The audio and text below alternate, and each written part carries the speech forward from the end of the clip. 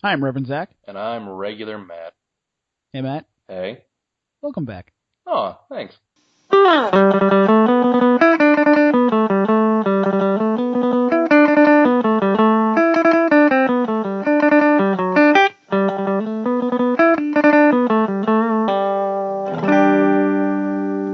And welcome to This Movie Was a Hot Dog, a podcast where me and a friend of mine, Matthew over here, or my brother, watch a bad movie, critically, financially, or otherwise. Then we review it, break it down, and tell you what we think.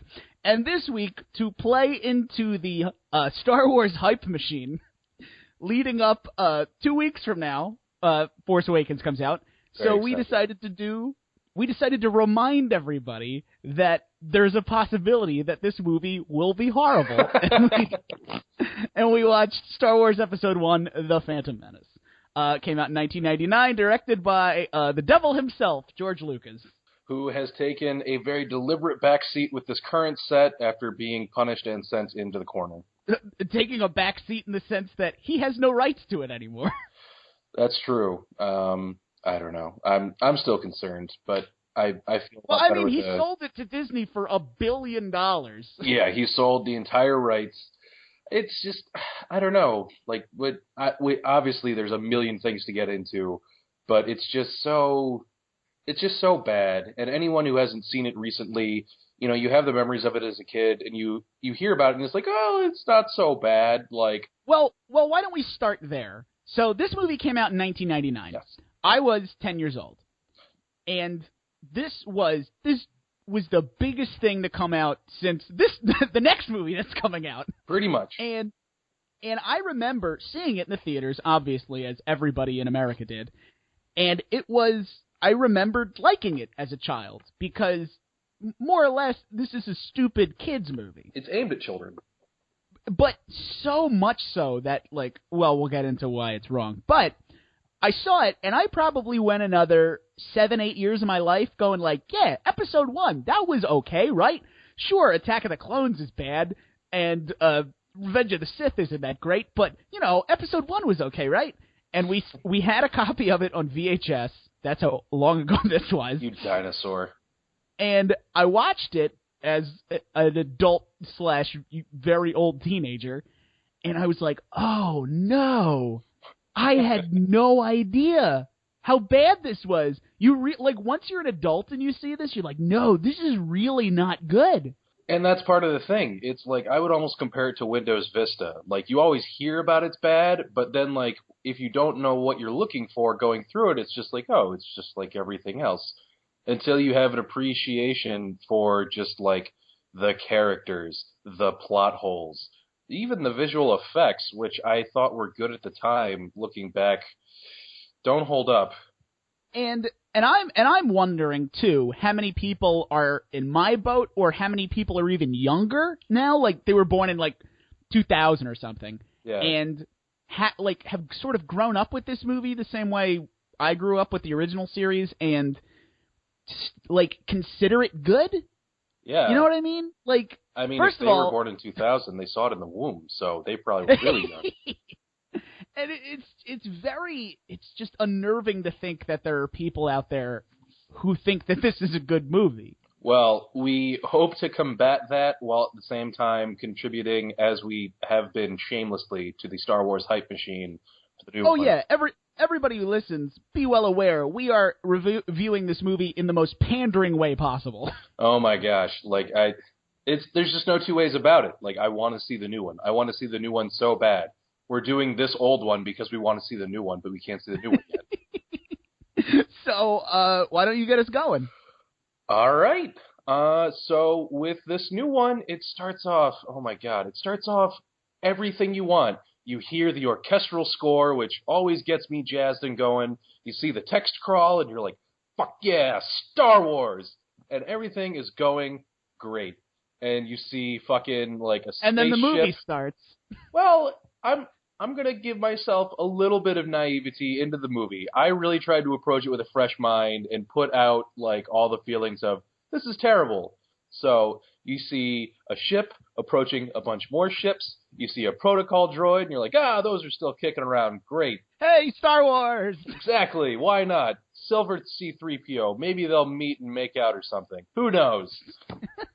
And so they're sitting there, and then they start drinking their tea, and you're like, Star Wars, kind of boring, but okay. And then they're like, oh man, I think they're Jedi. And it's like, oh shit, they're Jedi, all right. And then, like, they blow stuff up, and then the plot starts not making sense. And then, even before that, then there's like, ooh, there's some, like, racist Chinese stereotypes. What?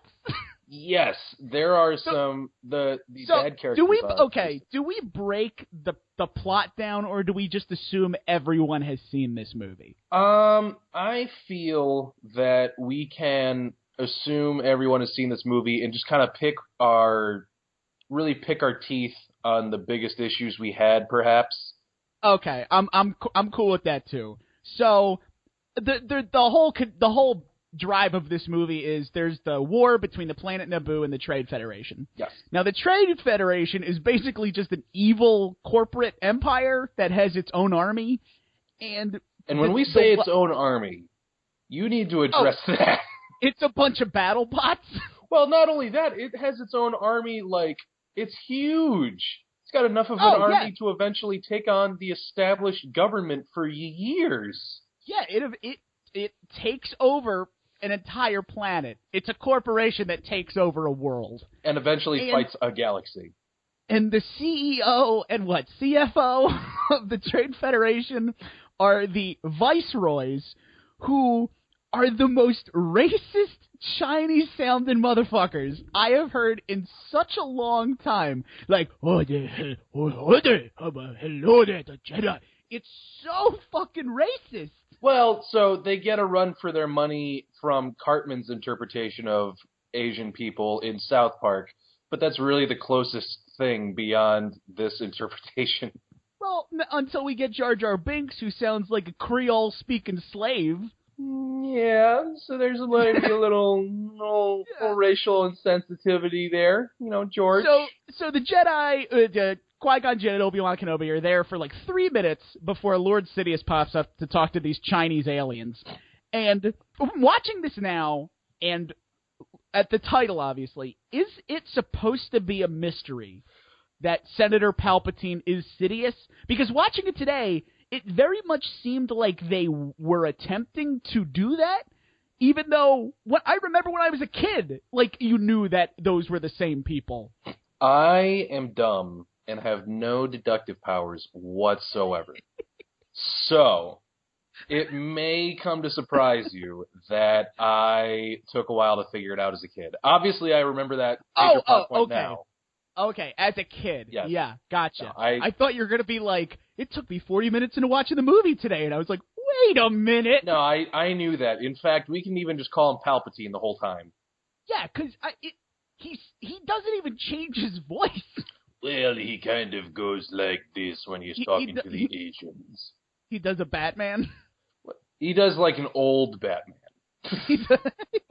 He mixes. He gets gruff and old while he does it. Like, he grows a neck waddle to kind of talk it out. So they pump the room full of poison, and the Jedis have, a lightsaber laser fight in the hallway, and they get into these giant troop ships for the Trade Federation's Normandy, and they sneak back down to the planet.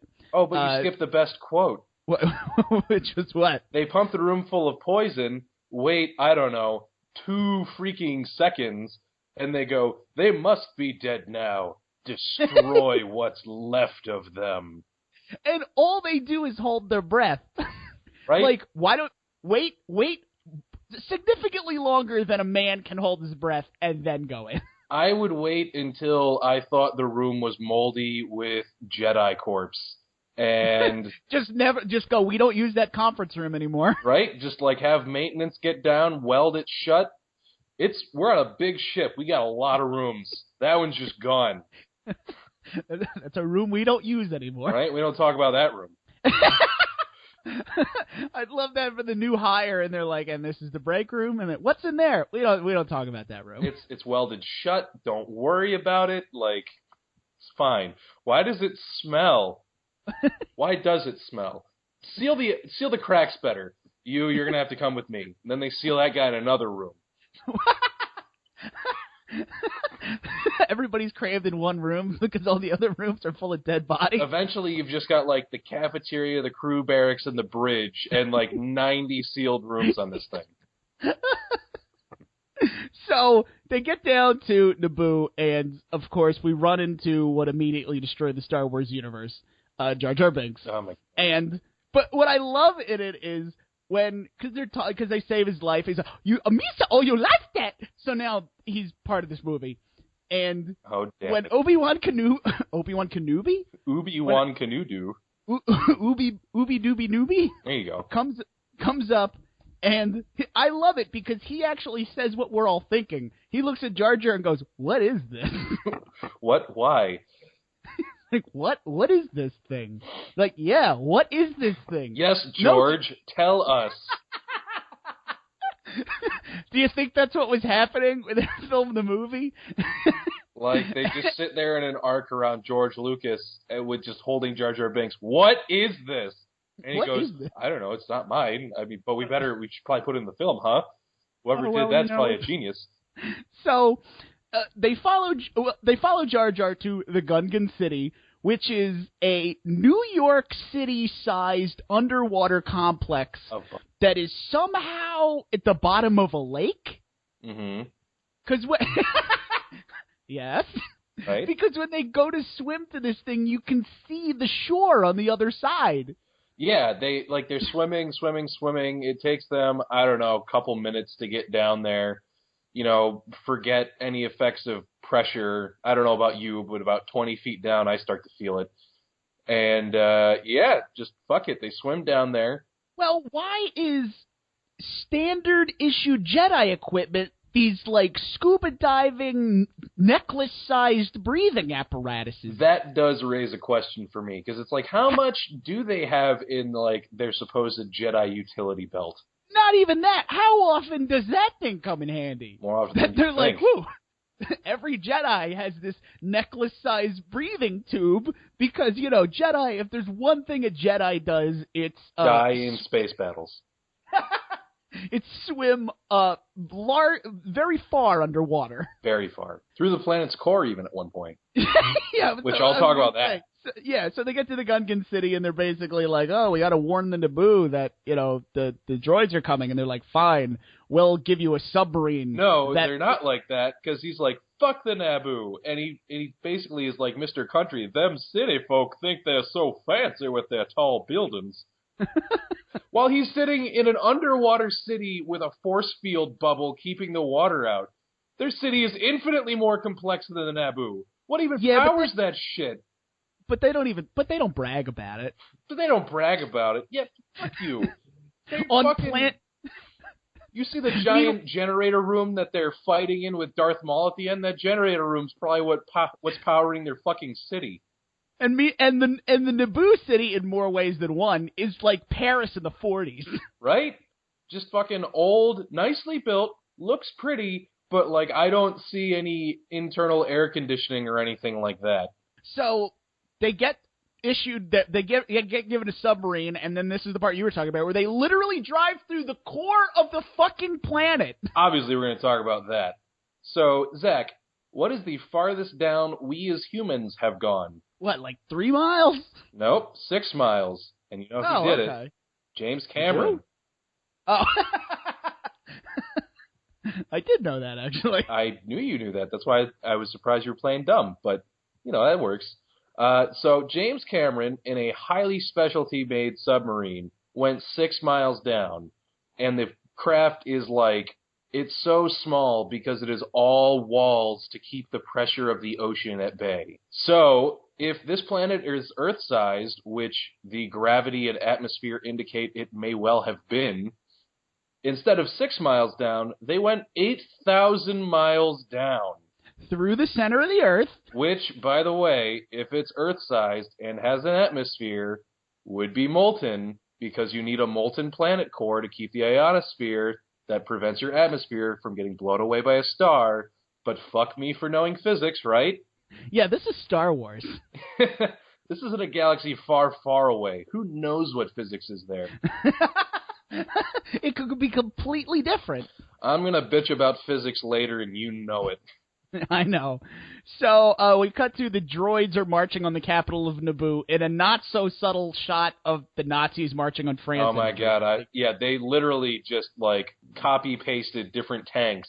Not to mention, you said the city looked like Paris in the 40s. Yeah, and that's sort of why I said it. Oh, you're clever. I know, I try to be. And then the Jedi get through the planet core in, like, 12 minutes. Like, travel. Yeah, from the time it takes the freaking hover tanks to drive from the outskirts of the city to the middle of the city. And it didn't look like there was a lot of traffic, so, probably pretty quick. Or anybody that isn't the Queen and her cronies. You never see, like, a citizen of Naboo getting, like, thrown out of their house or shot or imprisoned. There's nobody in this Parisian city. I have a good theory on that, and back me up on this, all right? You ready? Okay. I am ready. So, they talk, she and her advisors, Padme or Abadala or whoever the fuck, talk, and they're like, we are fucked. We have no standing army. This entire planet apparently has no standing army. So everyone gets along, there's no border disputes, no rebellions. Don't even worry about the Gungans, who, even though they admit to hating the Naboo, and they also admit later to being a warrior race, never had any problems with the Gungans, no reason to have an army. They don't even have a police force, in fact, because the entire planet is like their queen, which is just really boring and dry and dumb, and goes to bed at 11, and then every morning they go up at 8 o'clock, they go to their accounting job. All of the galaxy's accounting is outsourced to Naboo. None of them farm or do anything. And that's why this trade embargo is so huge. They don't know how to grow food. Sure, this is a hell of a theory. Sure, a trade embargo of an entire planet would be like, oh no, we're left with the resources of an entire planet to get by. How will we survive? They're like, oh man, we are all accountants. We can't farm for shit. If we get our trade blocked even for a day, we're going to start starving like that. Like, once the grocery store's out of stuff, we're fucked. So that's what sets up the plot of the movie, but I guess George didn't want to, go into all that. So good on him, because, it's really nitpicky and thorough to say all that about accountants, I think. Wait, none of that, that wasn't what you said your theory was on. I said you never see another person in the street. Yeah, they're all in their jobs. They're all just sitting in there working at their account. Oh, so through the entire invasion, they just keep going to work? Yeah, they're just punching numbers, dude. That's why they put up no resistance, and there's no police force, and no one worries about anything. Because the Naboo are the most boring people on Earth, and that's how they elected their queen. The most boring lady on Naboo. I'm going to use Earth and Naboo interchangeably, apparently, when I use hyperbole, so watch out for that. That's fine. We know what you're talking about. Yay! So the Jedi get out of their submarine, and they rescue the queen and get her off the planet. And as they're flying away, they blow like a space flat tire, and they send the droids to put the spare on. And that's when we meet R2-D2, because he's the only one that survived. Because we have to meet him.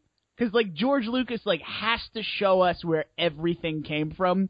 Even a protocol droid, which there must be billions, if not zillions of in this galaxy. Which he bothered to build one of.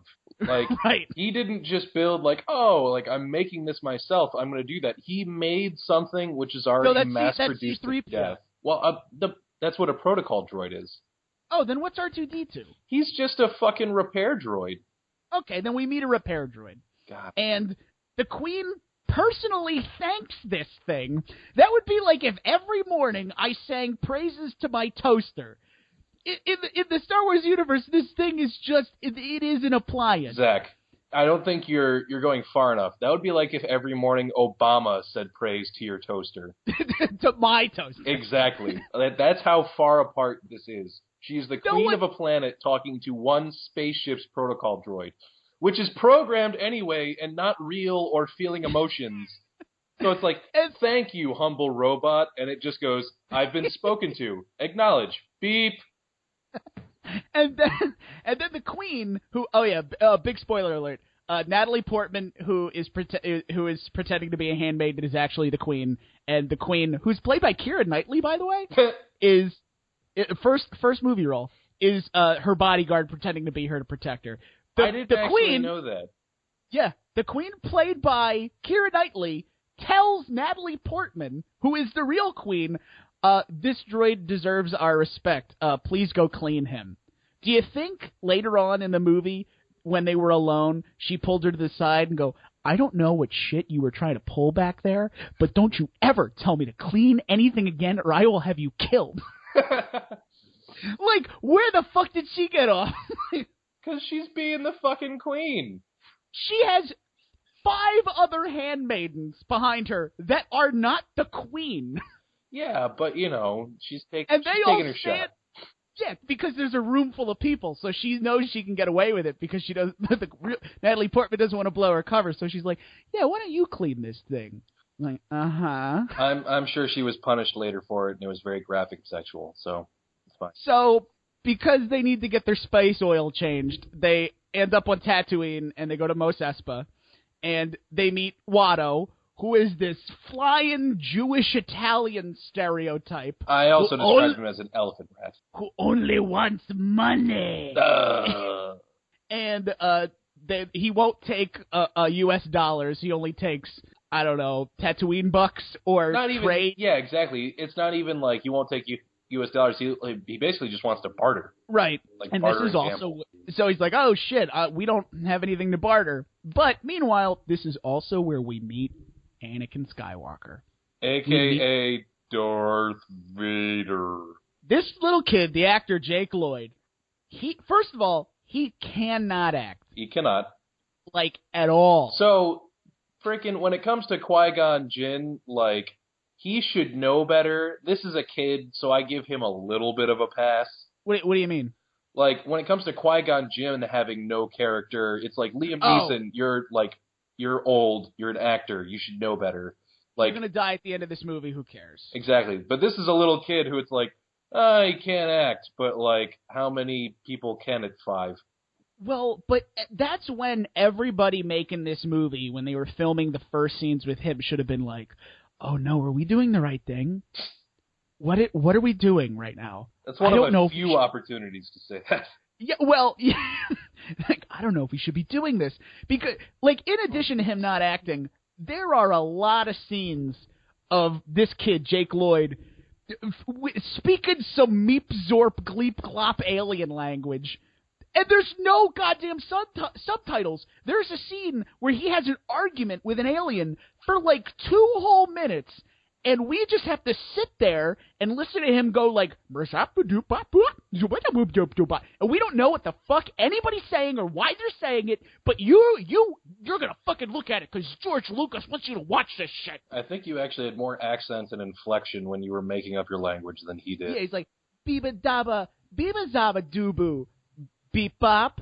Exactly. Like, just the most Americanized whatever Sepulveda speaks. Yeah, he's speaking some Meep Zorp language with an American accent. Right. Hey, I'm Meep Zorpin over here.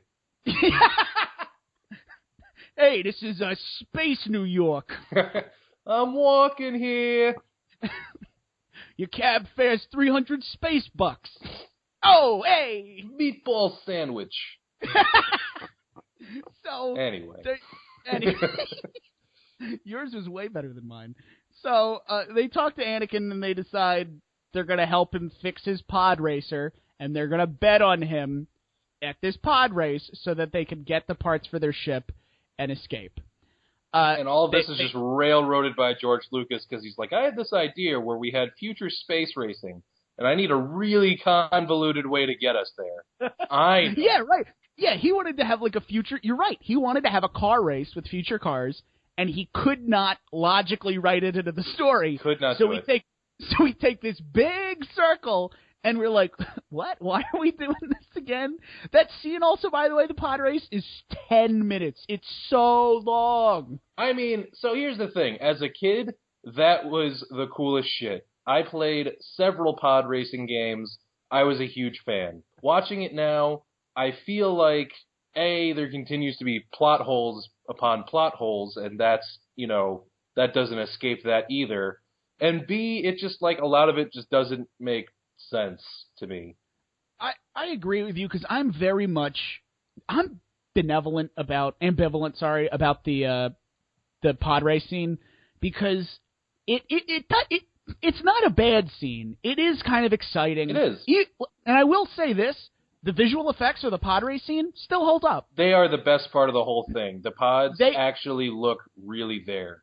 They do look really good. And Nintendo 64 Star Wars Pod Racer it's a great game. I just bought a backup copy of that yesterday. Oh, it's so good. I'm probably going to play it after this, actually, now that we're talking about it. But with that said, it has nothing to do with the plot of the movie. It does not. It sort of drops what any sort of forward momentum the plot had, which is very little. Shambling at best. It just grinds it to a halt. And it's just like, okay, he wins, which who didn't know that was going to happen? I mean, I was personally shocked. and, like, that's the thing. That's, like, there are three things in this movie that I go, like, we're pretending like there is suspense here, but even back then, did anybody feel it? Like, is Sidious Palpatine? Is Anakin going to win this pod race? And when Queen Amidala is shown to be Natalie Portman, was anybody surprised by any of these things? Even as a child, because we were children, and I know I wasn't. So back to how, again, I have no deductive reasoning at all. These were all surprises to me. When she was like, I'm the queen, you were like, no, even though, like, we know that she is? Nope, no idea. All right, fair enough. Pod race, was pretty sure he was going to win. That one I maybe saw coming because I had seen enough movies by then. Palpatine, no, never even knew about that till Clone Wars or whatever. So before the whole pod race and everything, they end up staying at Anakin's house because there's a sandstorm. We find out he's building C-3PO, and like you said, there are so many of these things. Why does this specific one have to be molded to this character?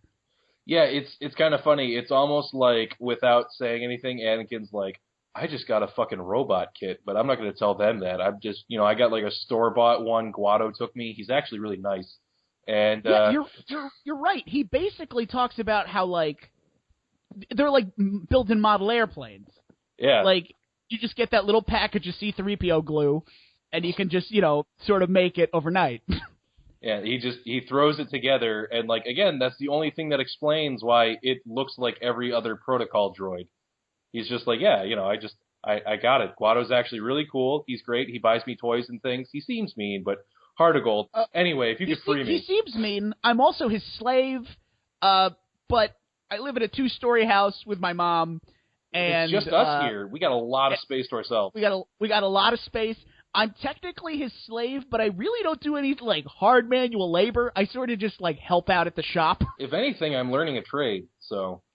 So basically, it's not like, and I will say this disclaimer carefully about before I say anything terribly racist. When America had slaves, they'd be like, we are going to use this entire group of people to do this heavy manual labor until they die. And then we will reap all of the benefits of having to hire people to do this. But in Watto's case, he's basically just saving like $6 an hour. Yeah, right. He's just saving the wages of a shop attendant. And, he's a kid and he doesn't do much. It's saving the wages of like a part-time shop attendant. It's not like you got like, and again, we don't condone slavery. Slavery's a terrible thing. Blah blah blah blah blah. Good disclaimer. If you got a fucking slave, make it do something, right? Make it do tricks. Like, I don't know, like, make him do something you don't want to do. So the one thing it just occurred to me is he does make him do the pod races. So that's definitely the most dangerous thing that he has him do. But Anakin wants to do the pod races. Yeah, but he also has to when they're really dangerous. I'm just saying that's the only thing that Anakin does that Guado couldn't personally do. But I'd go along with that with you if there was one scene where he was like, oh man, I didn't really want to do this, or last year I broke every bone in my body. He's like, I can't wait to build this and something, and then I will win. Yeah. He's very into it. Considering all the crashes, there should have been a comment of like, oh my god, like that crashed that one time. My mom was not happy. So there's a lot of that missing. That's like, in general, just no characterization of like, oh, like Mom's really scared. Well, why is she scared? That you could say that every race, at least 3 people die. Certainly we saw that. Or there's no characterization of anybody, yeah. because I for think they some just had reason, too many things that they wanted to get in, and so they really did. I was just going to say, for some reason, George Lucas wanted to cram so much in this first movie. We got to introduce everybody. Yeah. We got to introduce Obi-Wan. We got to introduce Yoda. We got to introduce Anakin Skywalker. We got R2-D2, C-3PO, blah, blah, blah. We got to introduce everybody so quickly that there's not enough time in this already very long movie to focus on anybody. And Jake Lloyd's character, the Anakin Skywalker, his whole thing is just he's a little kid and he's kind of sad. He's a little kid. And that's it, though. There's nothing to him where it's like, I don't know, you don't see him kill an animal or something where you'd be like, ooh, this guy could be crazy. Oh man, yeah, you don't see him kill 14 kids at any point. Or, I don't know, if this kid is going to end up being Darth Vader, give me something. Well, they give you something in, Clone Wars for that. I mean, obviously, now, he's not going to become him. They give you a lot in Clone Wars, a lot of heavy, I don't know, give me something that is, I don't know, anything. There's nothing in here. Well, because at this point, he's still supposed to be, pretty pure, just scared, and so that's... Speaking of pure, we find out he's Force sensitive. This is also when they introduce midi-chlorians. I'm happy to just skip that unless you just want to... Well, I only want to say it because they bring up something very interesting that they also completely gloss over. They bring up midi-chlorians, which, I'll just say it, they changed the Force from being this ethereal energy that runs and controls the universe to just little tiny germs in your bloodstream. Mm. And... he's 100% midichlorians. That's weird. Also impossible. And he says to his mother, Qui-Gon Jinn asks the mother, where's his father? And she goes, oh, he has no father. He was just a miracle baby. He was born. Uh-huh. So they are implying that he is some sort of Force Jesus. He's the Immaculate Conception. Who was born from the Force. Mm-hmm. She says... I was a virgin, had this baby. He goes... Never asked any questions. And he's like, oh, he's 100% midichlorians. Not like, oh my god, this kid is the Force personified as a human being. He just goes huh. That's weird. And this is why we hate Liam Neeson in this movie. But when he takes Jake Lloyd to the Jedi Council, and he's like, I think this kid is really special, something. And they're like, I don't know, he's just a kid. He's never like, oh yeah? Well, he's his the fucking Force, mom. He's Force Jesus. Never brings that up. How do we go 3 movies where this guy is immaculately conceived and we bring it up one time in some slave's basement? I feel like this is the one thing they might have challenged him on just due to the Christian implications. They might have been like, we cannot sit there just blatantly ripping off a biblical story like this. It will get us in trouble. Lightsabers and everything. I don't know. And it's one of the things that I remember from seeing it as a kid. I was like, I think I remember the mom saying, he was an Immaculate Conception, but that's crazy. And then when I watched it again, I had to rewatch that scene 3 times. It's like, did she really do that? But it's so hard to miss because nobody reacts or says it again. And I think in these movies, especially in the prequel universe, I think it's just really ignored. Nobody even, all the problems everybody has, Jar Jar Binks, this, that, and the other thing, nobody ever brings this up, ever. It is something that has always been on my mind, but yeah. So, meanwhile, Palpatine sends Darth Maul to Tatooine to have a lightsaber fight in 20 minutes. Darth Maul does nothing but send floating drones to find the Jedi. So they amp up the bet right before the podcast, going oh, we'll get the parts for a ship if he wins, and we'll also get the slave boy. And we will bet everything that we have and also things that aren't ours. I was going to say, they have nothing. They bet everything. Yes. And he's like, okay, so the pod race happens, blah, blah, blah. They win. they free Anakin. The mother has to stay there, and it's like fucking take her too, man. Like he can't. She's legal property. Fucking kill that bumblebee motherfucker. That's murder. Flying around. It's okay to manipulate him and to cheat in gambling with him as a Jedi, but Qui-Gon draws the line at straight up beheading an asshole. You can deceive and lie and technically steal, but murder is too far. But freeing a woman through murder, or just fucking take her. Just don't tell the dude. Yep, clearly he gives her an inordinate amount of independence. Right, Not exactly. to mention we haven't seen her even work at the shop. Not at all. Like, it's not even like she has to go like, okay, when he's asleep, I'll sneak out. She has her own house. Just leave. And if she doesn't not show up to work next morning, that's fine, because only her son worked there. And he's gone. She's gone. So, Qui-Gon takes Anakin. They're going to the ship because they're going to escape now. And then a lightsaber fight happens. You know what? This was one of those things where I sort of remembered this part being cooler than it was. This fight, it's not only brief. There are like a lot of close-ups of like shoulders moving and just like people jumping around. You can't tell what the fuck is going on. That is, movies really don't do wide shots in action scenes anymore because A, they think the snappier cuts look cooler, and B, most of the action is like fake.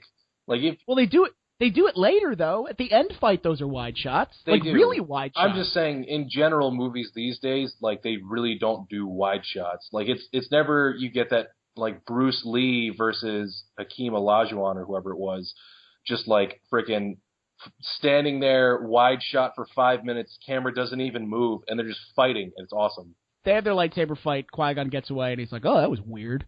And they get to Coruscant, which is like this big reveal. Oh my god, it's Coruscant. It looks like we live inside the Matrix. It's a big computer box. And basically two things happen while we're on Coruscant. Palpatine is basically pulling a Hitler and tricking the Senate into putting him into power. He is staging this Tread Federation war as Sidious so that he can convince the Queen to make a vote of no confidence on Terrence Stamp, the current... A vote of no confidence, meaning they have no confidence in the current Chancellor, and therefore there should be an election of a new Galactic Federation leader. Well, two things about the Senate. There must be like 10,000, if not more, aliens in this fucking place. Which is what you would expect for, a galactic federation. How does anything get done? Apparently, we learn, it doesn't.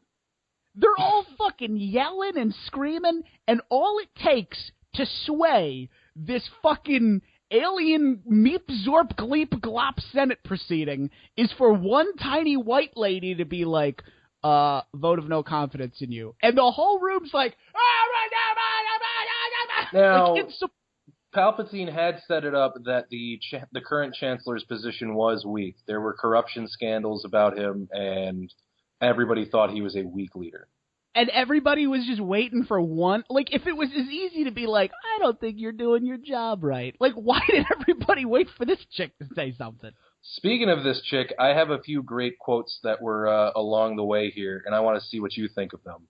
Okay. So before they left Tatooine, Qui-Gon yells to Obi-Wan, "Get this hyperdrive engine installed." And the response is, "It shouldn't take long." What the hell? That sounds like it's the longest thing anyone could do to a spaceship. Put in a new engine? Are you shitting me? While it's flying. And then fucking they get to Coruscant where they meet the senator, like not in his Senate office or in like a nice restaurant. It's on a floating platform barely large enough to hold the ship. That's like having a political meeting in a parking lot. Well, it was an underground emergency. Oh, okay. And so finally, my favorite quote from the Senate was, they refer to her as the recently elected Queen of Naboo. Elected Queen. That's not a little contradictory? Not to mention the entire planet got to vote on someone and they elected a 14-year-old girl. Well, because it's weird. I agree with you. And it gets even weirder in the other movies when she's like, my term as queen was up. And now I'm a senator. George, you keep using that word, and I'm not sure if you know what it means. and I could get it if it was like they created a position and they did a thing where it's like, okay, on Naboo, you become the Shibidao, and when you're the Shibidao, for 3 years, you are like, you have absolute power. You can do whatever you want for 3 years, and then when you give that up, we elect another one. But it's not that. It's not like, that's not what a queen is. That's not how a monarchy works. That's not even how a constitutional monarchy works.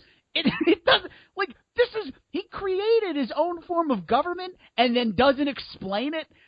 It's so frustrating. It is. It doesn't make any sense. And then they go on to say that, like, oh, well, and also, what do you mean we're invading Naboo? There's no proof of that. Like, they don't have any dash cam footage from the spaceship running the blockade.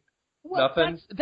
That's something else that bothered me when they're like, all right, well, we need to, because we're basically the space UN, so we need to, so we're useless. send.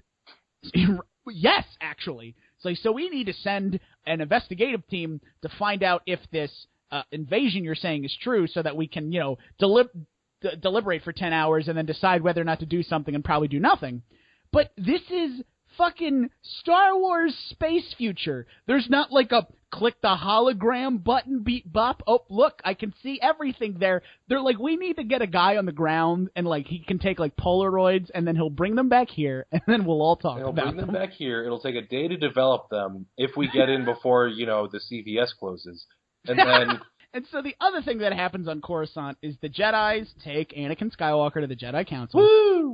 And they ask whether or not they can get, and again, well, not again. So this is the first time we're seeing Coruscant, and this is the first time we're seeing Samuel L. Jackson, a fully functioning Jedi Council, right? Like this thing we had heard about in all the other movies, where the Jedis were this race of knights that protected democracy in the universe, and they're and blah blah blah, and foreboding, and they have sensations of the Force and the blah. And they have laser swords, and they have telekinetic powers because they can control the fabric of the galaxy. And instead of there being some big sweeping shot of an entrance and Jake Lloyd's looking up and he's all in awe and gasping, we just cut to a conference room where they're like going like, I don't know about training that kid. And he's like, nah, I think we should. And they're like, I don't know. Yeah. That is our entrance to this.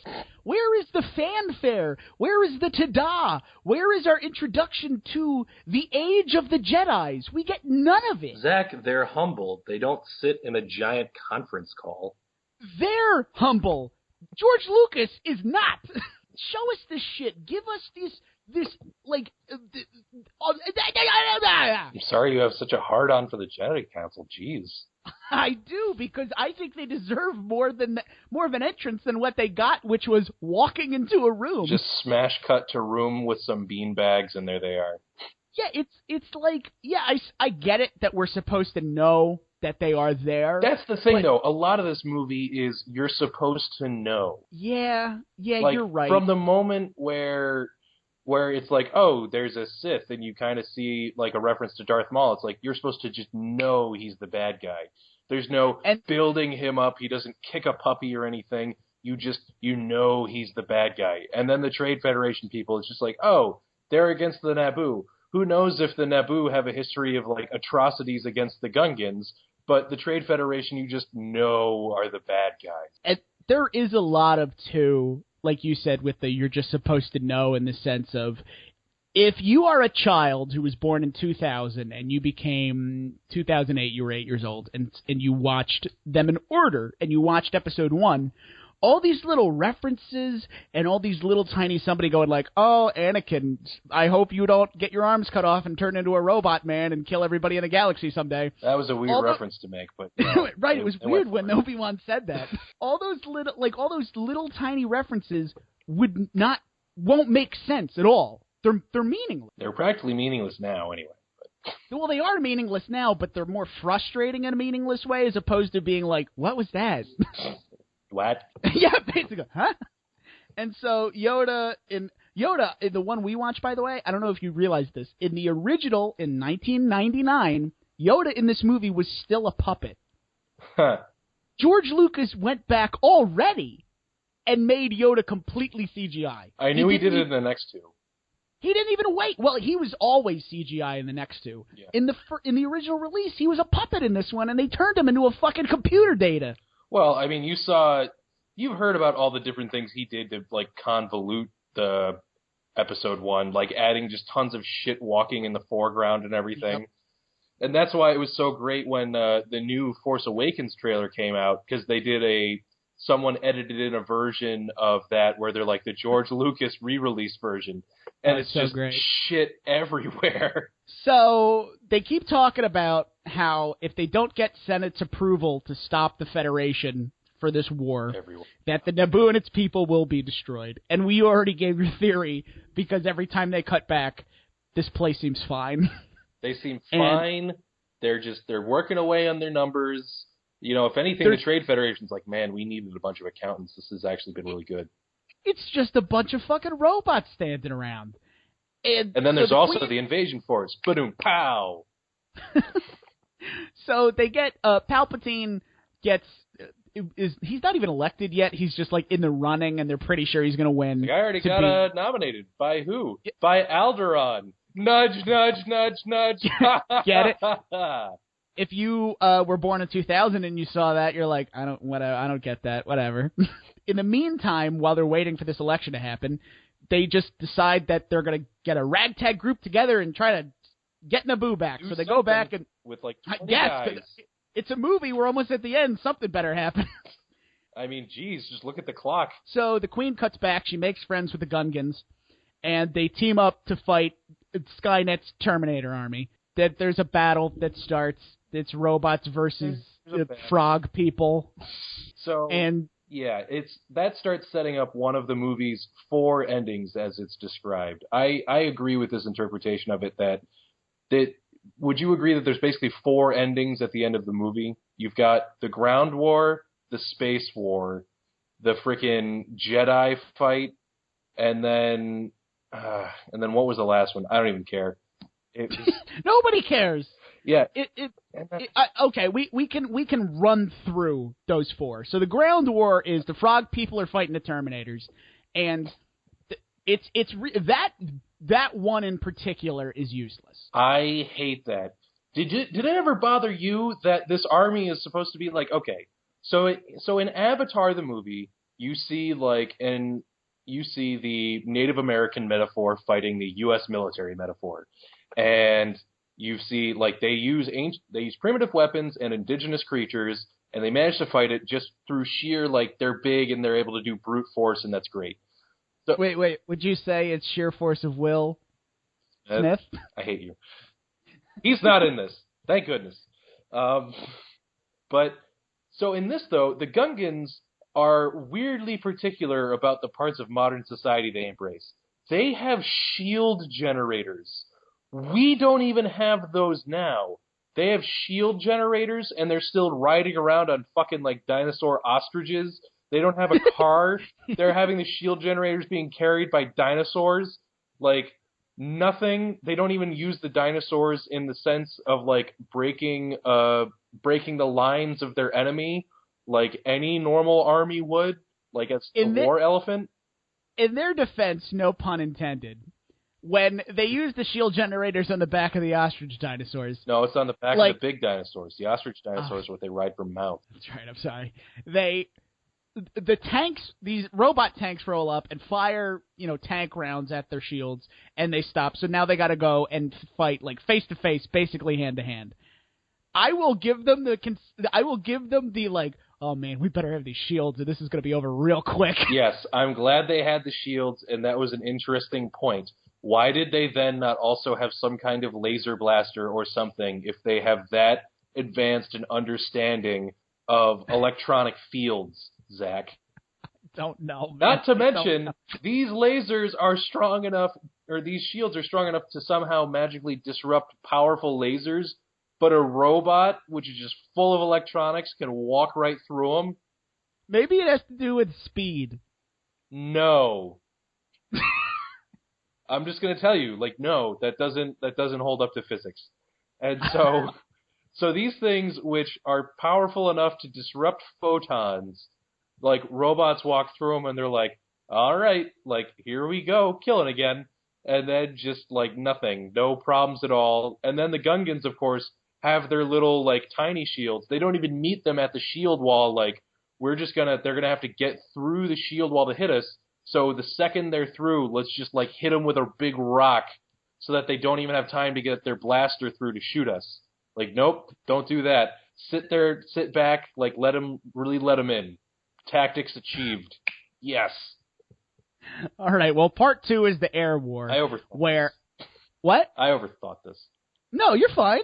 Part 2 is the air war where just like a volunteer force of this is not an exaggeration, about 20 people take on what can only be estimated to be hundreds of thousands, if not millions of space fighters. An occupation force. And we see about 2 of the volunteer force die. Jake Lloyd accidentally wins the war. Woo! He's just like, oops. And how does he win it? The only way in Star Wars we've proven we can destroy large space installations.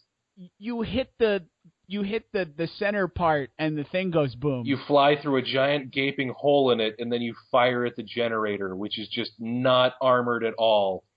So he blows up this thing and wins the war by accident. The Queen fights her way into the palace to get the viceroys to stop the invasion. That's pointless. That's completely meaningless. Then we have the fight with Darth Maul. And this is where, like, this fight is actually very entertaining. The choreographing is nice. Yeah.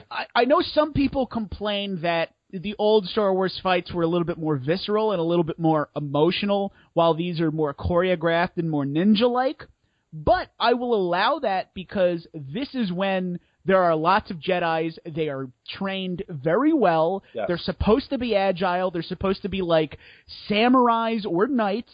So when they're jumping around and doing like flips, it gets sillier with the backflips and shit like that in episodes 2 and 3. Yes. But in this one, it makes sense. These are Jedis in their prime. They're fighting a Sith who is in his prime. Excuse me, I swallowed a burp. Way to be. Thank you. And he's got the double-sided lightsaber, which became a huge fan thing. Coolest thing ever. He just looks like the fucking devil, and he's hopping around, and this fight is well-paced. It's cut well. The music is great. Qui-Gon Jinn dies, and I honestly didn't. That was something I didn't see coming when I was a kid, when that guy died. And this is actually probably the best part of the movie. Yeah, I mean, I'm a little overly critical because it did look like they were swinging and kind of waiting for things, so it looked like a very well rehearsed choreographed thing. Yes, but yes, but it is like still fun to watch. I'm giving it a little bit of room just because I got to give something, you know? Yeah, no, I mean, certainly as a kid, this is the thing that holds up possibly best, you know, just watching the lightsabers, because it's the most iconic. If you had to give one prop, go like, oh, Star Wars, which movie is that again? And then you just pulled out like a toy lightsaber, they'd go, oh, like that's it, that's Star Wars. Yeah. And so everybody knows this scene. Qui-Gon Jinn gets killed. Obi-Wan Kenobi runs through this laser fence thing. And the one visceral scene of the fight cuts Darth Maul in half, and he falls down a giant pit to nowhere, like in fucking, like in every Star Wars movie. Actually. Get it? I was about to say, like in that one movie. Oh wait, it was all of them. You know, like George Lucas's emotions going down the cold, blank void of his heart as he swallows his pride and pushes this piece of shit out onto the populace. And then once he accidentally wins the war and Obi-Wan Kenobi kills what's-his-tits, the movie's basically over. Like, they win the war, they're like, great, Palpatine gets elected. They go to the Jedi Council where they burn Qui-Gon Jinn's body, and he's like, well, I don't think you should trade Anakin. And he's like, but I'm gonna. And he's like, oh, okay. And Yoda, then everybody. yeah, Yoda, everyone. And then they have a big celebration parade on Naboo where the Queen gives the King of the Gungans one of those plasma orbs that you get at the back of a Spencer's Gifts. And then the credits roll. They're like, man, good thing we got them off so cheap. Am I joking? That is what that is. That is all that is. Yes. And then we're done, and we all left the movie theater in 1999 in denial and very confused. We were all like, "That was good, right? Right?" And as us as little kids, we're like, "No, that was great." And then we started drinking coffee, and we grew up. I still don't drink coffee. I only started drinking coffee about a month ago. I'm really liking it. Ah, fuck you. We're 26 years old, everybody. You. But a couple of things on that run-up that we skipped over that I made notes on. So when Padme first decides to go back to the planet from the Senate, did you not have the moment of, like, why are you going back to there? At that point, like, that was something so lit. You were so clocked out at that point? I mean, that's something that's so because at that point in the movie, it's like, the movie's got to end. Well, that's the problem, because it was written like the movie's got to end. There wasn't a motivation. It was like the pod race. It's like, well, she needs to be on the planet for the ending because she's a plot important character, and this is where the plot is happening. It's like, no, she should not be there. She was finally gotten off the planet, but George Lucas had to write her in. Up until this point, what little characterization she had was all stoic and political. She did the job of a ruler. She left her planet because, like, she had to. And now she's going back surely out of, like, emotional appeal. It doesn't fit. And then when the bad guys get told by Sidious/Palpatine, in fact, why do I even bother calling him anything but Palpatine? He goes like, I'm gonna send you a Sith. Like, I think things are gonna escalate on Naboo. I'm going to send Darth Maul to make sure everything goes smoothly. It would have been interesting to see how they felt about that, because all they're given the time to say is a Sith Lord here, and then just cut away. And like that's nothing. Why do anything at all at that point? They didn't. Yeah. They didn't go like, wow, that's a huge relief. Like, we just got a fucking like queen on our chessboard, or, oh man, that makes me really uncomfortable. Aren't they kind of like crazy and evil and self-interested? Or, oh my god, I thought they were extinct. This is crazy. There's Sith.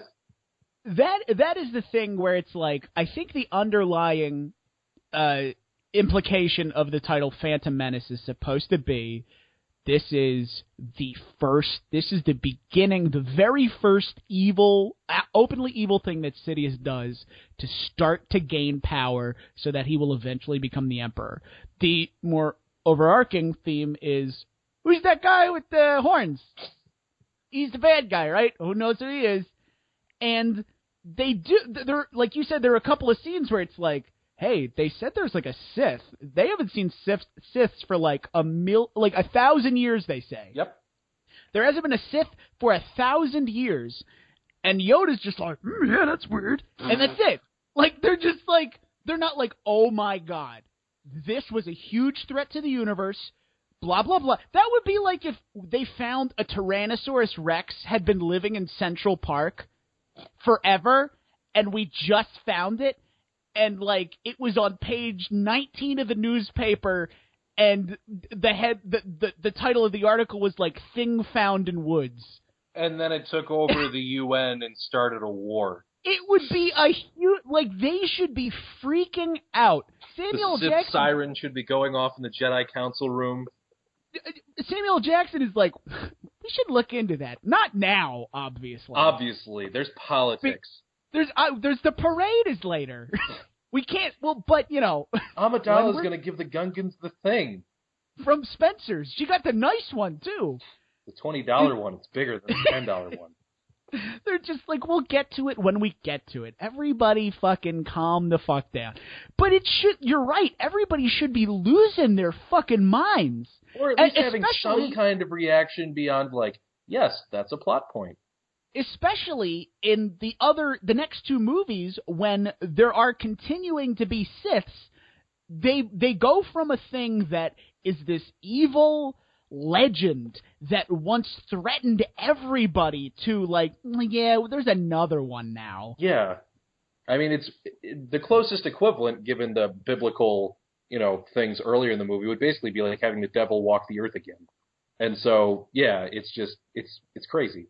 Yeah, right. It's like if somebody came up like the devil is on Earth, he's walking the Earth, he's gonna kill everybody, and your reaction was like, how fast can he walk though? How fast is he? Like I mean, like what the devil appeared in New York? Like I'm in L.A. Like all right, so he starts walking to L.A. Like I'll just get on a plane and I'll go back to New York. Like what's he gonna turn around? Like So let's see. So what did you think overall of the movie? I've got a lot of more overarching thoughts written down here in my notes. my big problem with this movie, especially watching it in retrospect and knowing what George Lucas has said since then, because when everybody fucking blew up and was like, George Lucas, you're a fucking idiot, all this shit, nobody likes you, go kill yourself.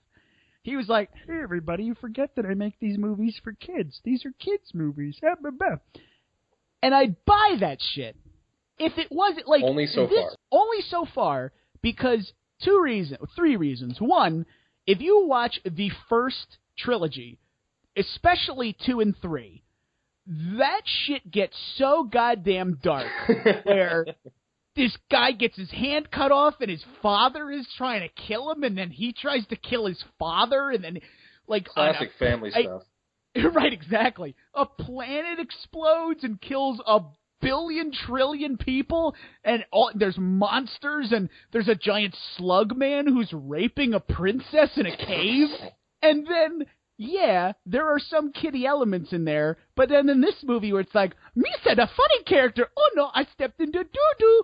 You're like, that's, first of all, big swing. We made a big turn to Kid Town. All aboard the station. Choo-choo. The choo-choo. George Lucas is a conductor. Everybody get aboard. We're going to drive off a cliff. But you have those scenes where it's super silly, and there's a little boy, and oh my god, he was in a race in a rocket car, and he's the winner. Yay. Then there's, I am the representative from planet Beep Boop, and I would like to pass the motion in the Galactic UN. Any new business? No. All those that say aye. And then an entire room of 1 billion people goes, aye. Rabble, rabble. What kind of kid isn't going to get a boner over that? No, like, that's not a fucking... That is not a kid part. So you can't tell me that the plot of the movie where tax revenue based on trade routes is the MacGuffin of the film, and then it's also... Kids get that. Yeah, right. Oh, kids love that shit. And with that said, I mean, it's just, it fails in the sense of it doesn't know what it wants to be. George Lucas clearly wanted it to be a kid thing, but it got bogged down in all this other crap. We didn't bring him up a lot because it's been beaten to death, and why bring him up at this point? But Jar Jar Binks really is one of the worst things in this. He is he's unbearable. Like, everybody made like little animations and cartoons where it's like, oh, Jar Jar Binks gets his head chopped off. But God, don't we want him really to die though? And that's unfortunately part of his character's downfall, is that, one, as annoying as he is, he's an integral part to the plot. Exactly. If you cut every part that had Jar Jar Binks in it, the movie wouldn't make any sense. You have to watch it with him in it. And there's a lot of things that actually end up being like that, where they're like, oh, we should cut that, but like it's integral to the plot. I don't know if you remember from Plinkett's review, or if you might have seen it on your own, but if anyone out there has the heart to watch this, because it takes a lot out of you. Watch the footage from when George Lucas and the executive producer and the main editor watch the rough cut of the whole movie for the first time. Oh, can I say it? Take off. So what you're talking about, I love this. So they have the movie. The only thing that's missing really is like music. So all the special effects are there and everything, and they play it in a movie theater for George Bush, for George Lucas, who was president at the time. So why not? And a bunch of other people. And when the movie's over, it is just a group of people in this theater, like, rubbing their heads. A state of shock. And just shaking their heads. And finally, George Lucas goes, I think I overdid it. I overdid. He was careful about it. He was like, I think I overdid some things. And then he starts to speak, and other people start to speak, and they go, we can't cut that out because then this doesn't make sense, and we can't make that short because, like, that needs to be here for this to happen. They realized that they basically wrote themselves into a corner where if we don't have every single second of this fucking garbage on film, the movie, which is already too long and no one cares about, won't make any goddamn sense. And they are just, it was sad, really. Like, the executive producer doesn't even say anything. He just has his hand over his mouth. His eyes are wide with just like, what have I done / my career is over. And you know what? I'd almost forgive that. Seeing this movie, you could forgive it. You could be like, they saw it, they realized what they did, and then everybody, fucking had a shot of scotch and went to sleep. And then they made the other two. And it's the same problem. That's the thing. They all go, we didn't challenge George enough. But they saw the product of it with the first one. They made so many accidental mistakes that it shocks me that they couldn't bring themselves to make some intentional plot holes for the sake of making the movie better overall.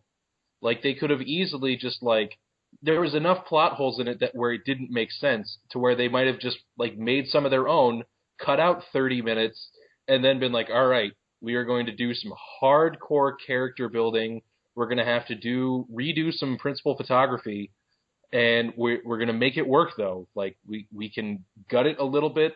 Like, with my boss, if I turn in a piece of shit, he's going to throw it back in my face and say, you turned in a piece of shit. You need to redo this. This isn't releasable. This isn't something that we can sell to a customer. And that conversation didn't happen with this movie. And no conversation happened where they were like, hey, George, that doesn't make sense. Maybe we should rethink about this, then rewrite it before we do stuff. I guess we both said our thoughts over and over again. Yeah. So, I have more, but. Well, I mean, do you just want to talk for 30 minutes and I'll put it up as a bonus episode? Tempting.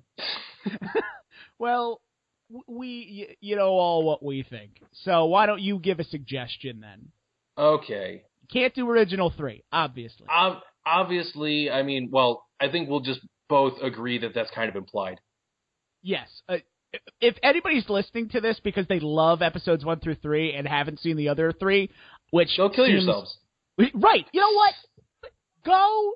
Go wait the 3 days, get a gun. But yeah, it's just, the original 3, when I watch them, like, it does seem silly, but a lot of stuff in it at least makes more sense. I feel like there's fewer plot holes. And the biggest thing, one thing I don't think we addressed very thoroughly, was the characterization in the original 3. One of my favorite reviews of Star Wars is why don't you just make that your suggestion? Okay, watch Plinkett's review of this movie instead. It's by Red Letter Media. You can go to their website or their YouTube page. They have a review of this movie that is 90 minutes long. It's almost the length of the movie. And if you think this movie's good, you'll watch that review and be like, oh no. Yeah. I was so blind. He is much better at his job than we are. He is very thorough. He splices in a lot of footage from kind of background stuff of interviews with George and scenes, behind the scenes stuff as he's advising characters on how to act and talking about the storyboards. They also do a few clips from the thing we talked about after the initial viewing party. For my suggestion, I'm going to do, it was on Netflix for quite a long time. I hope it still is. If it's not, I actually suggest, if you like Star Wars and you're upset about, the prequels or the re-releases like we are to any degree, rent this and you will like it. It is a documentary called The People versus George Lucas. And it's kind of it's a couple of things. One, it is very thought-provoking, but two, it is very funny. It's made in a comical way, which is good because if you're a big Star Wars fan, you're either going to laugh about it or you're going to start crying. A lot. So they basically talk about how at what point does art belong to the people who enjoy it as opposed to the person who makes it. Because they're talking about, like, all these people in 1977 glued these little hand models over months and months and months and put these special effects together that seem impossible to do now in the way that they did it. And then in 1999, he just went, "Oh, we're just going to put computers. Just put a computer there. It's all the Matrix style."